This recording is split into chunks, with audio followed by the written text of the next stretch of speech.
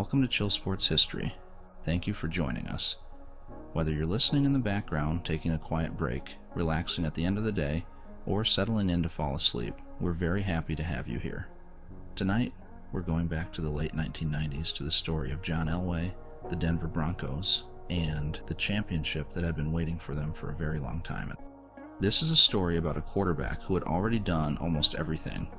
John Elway had made the big throws, he had led the late drives, he had carried Denver through playoff games, AFC championship games, and years of high expectations. But, for all of his greatness, one thing still followed him. He had never won the Super Bowl, and by 1997, as his career moved closer to its ending, the question around him had become simple and heavy. Would John Elway ever get the one win that had always escaped him? And that is what makes this story feel a little different from some championship stories. It is not really about a young star announcing himself to the world. It is about time. It is about a great player who had already been through the highest moments and the hardest losses. It is about a franchise that had come close enough to know exactly how painful close could be. And it is about the way one final chance can feel heavier than all the chances that came before it. By the time the 1997 season began, John Elway was not a young player trying to prove he belonged. He had already been the face of the Denver Broncos for more than a decade. He had been the number one pick in the 1983 NFL Draft. He had been traded to Denver before ever playing a regular season game, and almost from the beginning he became one of the most recognizable quarterbacks in football. He had the big arm, the movement, the confidence, and the ability to keep a play alive when it looked like there was nothing there. He could throw deep down the field, but he could also leave the pocket, turn a broken play into a scramble, and make a defense feel like the down was never really over. For years, that was the feeling around Elway. If the Broncos were still alive, even barely, he gave them a chance. The clearest early example came in the AFC Championship game after the 1986 season. Denver was playing the Cleveland Browns on the road, with a trip to the Super Bowl on the line. Late in the fourth quarter, the Broncos were backed up near their own goal line, trailing by 7, with the field stretched almost impossibly long in front of them. Elway had to take Denver nearly the full length of the field just to tie the game, and over the next few minutes, he did. He led the Broncos on a 98-yard drive, moving them calmly down the field, play by play, until they finally reached the end zone. Denver tied the game, then won in overtime. That series became known simply as The Drive. It was one of the defining moments of Elway's career, and one of the great late-game drives in NFL history. But the drive also led to the first part of the burden that would follow him. The Broncos had reached the Super Bowl. They had their star quarterback. They had their miracle moment. And then, against the New York Giants, they lost. That was the first Super Bowl loss of Elway's career. A year later, Denver made it back again, this time against Washington. The Broncos started fast, but the game got away from them badly. They lost again. 2 seasons after that, they reached another Super Bowl, this time against the San Francisco 49ers, one of the great teams of that era. And that one was even worse. Denver lost 55-10. So by the early 1990s, Elway was already a famous quarterback. He was already respected, he already had signature moments, but he also had 3 Super Bowl losses, and the biggest stage had not been kind to him. That was the hard part of Elway's reputation. In one sense, it was unfair. He had carried Denver to places that most teams never reached. Just getting to 3 Super Bowls was an achievement. He had made the Broncos relevant year after year, and his style gave them a sense of belief that was hard to measure. But sports stories often get simplified over time, and for Elway, the simple version became this. He was great, but he had not won the big one. He could make the impossible drive in Cleveland. He could win playoff games. He could keep Denver alive in moments when other teams would have faded, but the Super Bowl was still missing. And as the years went by, that missing piece became louder. The Broncos also had a bigger problem. During those years, the Super Bowl had become a place where the AFC almost always went to lose. The NFC was dominating the game. Teams like the 49ers, Giants, Cowboys, and Washington had turned the Super Bowl into a showcase for NFC power. The AFC champion often looked overmatched, so when Denver lost, it was not just Elway carrying the weight of those defeats. The whole conference was carrying it too. By the late 1990s, the AFC had gone more than a decade without winning the Super Bowl. Denver had been part of that frustration. Elway had been part of it too. And each time he got older, the question became a little more uncomfortable. How many more chances would there be? The shape of the Broncos began to change when Mike Shanahan returned as head coach in 1995. Shanahan had worked in Denver before, and he understood Elway. But he also understood something important about the next stage of Elway's career. Denver could not keep asking him to rescue everything forever. He was still talented, still dangerous, still capable of the late drive or the sudden throw. But if the Broncos were going to win a championship, they needed to be more than a one-man team. They needed a system. They needed a running game. They needed balance. They needed a team that could win on days when Elway did not have to throw for 350 yards. And slowly, that team began to take shape around him. The most important piece was Terrell Davis. Davis had not entered the league as a huge celebrity. He was a 6th-round draft pick in 1995, the kind of player who had to earn his way into everything. But once he got a chance in Denver, he became the center of what the Broncos wanted to do. He was strong, patient, and decisive. He fit beautifully behind Denver's offensive line, with its timing, movement, and zone blocking. And he gave the Broncos something Elway had not always had in his earlier Super Bowl years: a running back who could control the rhythm of a game. With Davis, the Broncos could wear down a defense. They could protect leads. They could make opponents respect the run before Elway ever pulled the ball back and looked downfield. Around them, the offense had more pieces. Shannon Sharpe was a dangerous tight end, big enough to work the middle of the field and fast enough to stretch a defense. Rod Smith became a reliable receiver. Ed McCaffrey brought toughness and precision. The offensive line, with players like Gary Zimmerman and Mark Schlereth, gave the whole thing its foundation. This was not the old picture of Elway standing alone, waiting for something to break open. It was a team with layers. It could run, it could throw, it could grind out yards, it could strike quickly. And for the first time in a long time, the Broncos looked like they had the kind of complete offense that could travel through January. In 1996, it looked like the moment had arrived. The Broncos went 13-3. They earned the top seed in the AFC. They had home field advantage, a veteran quarterback, a powerful running game, and the feeling of a team whose window had opened at exactly the right time. Their first playoff game was at Mile High Stadium against the Jacksonville Jaguars, a young franchise that was only in its 2nd season. The matchup looked favorable for Denver. The Broncos were at home, they were rested, they were experienced, and early in the game, everything seemed to be following the expected path. But then, the game slowly turned. Jacksonville stayed close. The Jaguars were still new to the league, but they were not playing like a team that was supposed to be satisfied just to be there. Mark Brunell kept finding ways to extend drives. Natron Means gave Jacksonville a physical running presence. Keenan McCardle and Jimmy Smith gave the Broncos problems down the field. And little by little, the comfortable Denver afternoon became something else. The Broncos had chances to steady the game, but they could not fully stop the momentum. By the end, the Jaguars had stunned the Broncos 30-27. It was one of the biggest playoff upsets of that era. For Denver, it was crushing. This was supposed to be the year everything lined up. Instead, the season ended at home, in a game most people expected them to win. That loss became the quiet starting point for the next season. The 1997 Broncos were not just chasing a championship, they were carrying the memory of what had slipped away. There is a certain kind of team that comes back from a playoff disappointment with a sharper edge. The Broncos seemed to have that. They started the season well, and for much of the year they looked like one of the best teams in football. They could score with anyone. Davis had become one of the league's defining running backs.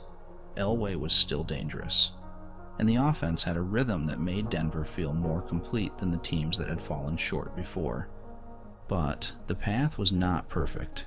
Kansas City was strong too, and the Chiefs ended up winning the AFC West. Denver finished 12-4, which was excellent, but not enough to win the division. That meant the Broncos would have to enter the playoffs as a wildcard team. No easy path, no top seed, no resting comfortably while everyone else fought below them. If Denver was going to win it all, it would have to do it the hard way. And in a way, that made the story more fitting. After everything Elway and the Broncos had been through, there would be no simple road to the end. The first step was almost too perfect. In the wildcard round, the Broncos played the Jacksonville Jaguars again. 1 year earlier, Jacksonville had walked into Mile High and ruined Denver's dream season. Now the Broncos had a chance to answer. This time, there was no slow collapse. Denver came out with purpose. The Broncos ran the ball, controlled the game, and turned the rematch into a release of everything they had carried since the year before. Davis ran hard. Elway did not need to force the game. The Broncos looked calmer, sharper, and more physical. They beat Jacksonville 42-17. It did not erase the pain of 1996 completely, because sports does not really work that way. But it gave the Broncos a clean first step. They had faced the team that embarrassed them. They had taken control. And their postseason was alive. Next came Kansas City, the team that had won the division and taken the top seed in the AFC. The Chiefs were difficult to play, especially at Arrowhead Stadium. That place could be loud, cold, and uncomfortable, exactly the kind of road playoff environment that can swallow a visiting team. Denver had already lost the division race to Kansas City, so this was not just another playoff game. It was a chance to take back control of the AFC West story on the Chiefs' field, with the season again on the line. Denver did not win that game with a flood of points. It was tight, tense, and physical. The Broncos leaned on Davis, trusted their defense, and waited for the moments that were there. Every yard mattered. The Chiefs' defense made the game uncomfortable, and the crowd made every third down feel a little bigger. But Denver stayed with its identity. The Broncos were not trying to be flashy. They were trying to survive the game one possession at a time. A touchdown gave them the lead, the defense protected it, and Kansas City could not find enough answers. Denver won 14-10. It was not glamorous, but it was exactly the kind of game championship teams have to survive. The Broncos were no longer just explosive. They were tough enough to win when the game got narrow. The AFC Championship game sent Denver to Pittsburgh. The Steelers had beaten the Broncos during the regular season, and Three Rivers Stadium was another difficult place to win. Pittsburgh had its own hard edge, with a defense that could turn a game into a grind and an offense led by Cordell Stewart, who could challenge a defense with his arm and his legs. For Elway, this was familiar territory. Another road game, another chance to reach the Super Bowl, another chance that could either extend the story or close another chapter in disappointment. Denver started well, but nothing about the game felt safe. The first half had the uneven tension of a championship game where both teams could feel the door opening. Elway made one of the important throws of the day to Ed McCaffrey, who fought through contact for a touchdown. Davis kept Denver grounded. The Broncos built a lead, then had to protect it as Pittsburgh pushed back. Late in the fourth quarter, with the Steelers still close enough to change everything, Denver had to hold its nerve one more time. The Broncos did. They won 24-21, and with that, John Elway was going back to the Super Bowl. The opponent waiting there was the Green Bay Packers, and that made the challenge feel even bigger. Green Bay was the defending champion. Brett Favre was the league's great force at quarterback, fearless and lively, the kind of player who could make a game feel like it was moving faster than everyone else. The Packers had won the Super Bowl the year before, and they came into Super Bowl XXXII as the favorite. To many people, this looked like another familiar pattern. The NFC champion was powerful. The AFC champion was respected, but doubted. Denver had Elway, but Elway had been here before. He had walked into Super Bowls before and left with painful losses. The Broncos had never won a Super Bowl. The franchise was winless in the game. The AFC had lost 13 straight Super Bowls. All of that history came with them to San Diego, but this Denver team was different from the ones that had lost before. That was the key. Elway was still the face of the franchise, but he was no longer alone. He did not have to turn the game into a one-man rescue mission. If the Broncos were going to beat Green Bay, they would need him, but they would also need Davis, the line, the receivers, and the defense. They would need to play like a full team. That became clear almost immediately. Green Bay struck first, with Favre finding Antonio Freeman for a touchdown on the opening drive. It would have been easy for the old story to start creeping in right there. The favorite scores early. The Broncos fall behind. The Super Bowl begins to tilt away from Denver. But this time the Broncos answered. The Broncos went to work without panic. They moved carefully, kept the Packers' defense from settling in, and then Davis broke free for a long run that changed the feel of the possession. Elway added a scramble that pushed Denver close to the goal line, and Davis finished it from 1 yard out. The game was tied. Just as important, Denver had shown Green Bay that the running game was not going away. The Broncos were not going to spend the night chasing the Packers. They were going to make the Packers deal with them too. The first half had a different feel than those old Denver Super Bowl losses. The Broncos forced turnovers. Tyrone Braxton intercepted Favre. Steve Atwater made his presence felt on defense. Neil Smith recovered a fumble after pressure on Favre. Jason Elam hit a long field goal, and Elway, who had waited so many years for a game like this, ran for a short touchdown himself. That touchdown was set up in a strange way, because Davis had left the field with a migraine issue that was affecting his vision. But even when he was not carrying the ball, his presence still mattered. Green Bay had to respect the fake, and Elway went in untouched. Denver built a 17-7 lead. For a while it felt like the Broncos might be taking control, but Green Bay was too good to let the game drift away. Late in the second quarter, the Packers put together one of the most important drives of the night. Backed up near their own goal line, they needed to steady themselves before halftime. Favre started moving the ball, and with only seconds left in the half, he found Mark Shmura for a touchdown. Denver still led, but only 17-14. After all the good things the Broncos had done, Green Bay had made sure the game would go into halftime tight. Then, early in the third quarter, the game tightened even more. Davis fumbled, giving Green Bay a short field. Denver's defense managed to avoid the worst possible damage, but the Packers still came away with a field goal. The score was tied at 17. The Broncos had led by 10, but now it was even again. Everything was still there to be won, and everything was still there to be lost. For a team carrying as much history as Denver, those moments can feel heavy. A lead had slipped, the defending champions had absorbed the hit, and now the game was starting over. There was another problem too. Terrell Davis, the engine of Denver's offense, was dealing with that migraine issue during the game. At one point, his vision was affected badly enough that he had to come out. For a team built so much around the run, that could have been devastating. But the Broncos managed the moment, and Davis came back. That return mattered not just because of his yards, but because of what he meant to the structure of the game. When Davis was on the field, Green Bay had to respect every handoff. Denver's offense could stay balanced. Elway could work from a more comfortable place. The Broncos could keep being themselves. And on a stage where so many Denver teams had been pulled away from their identity, that mattered.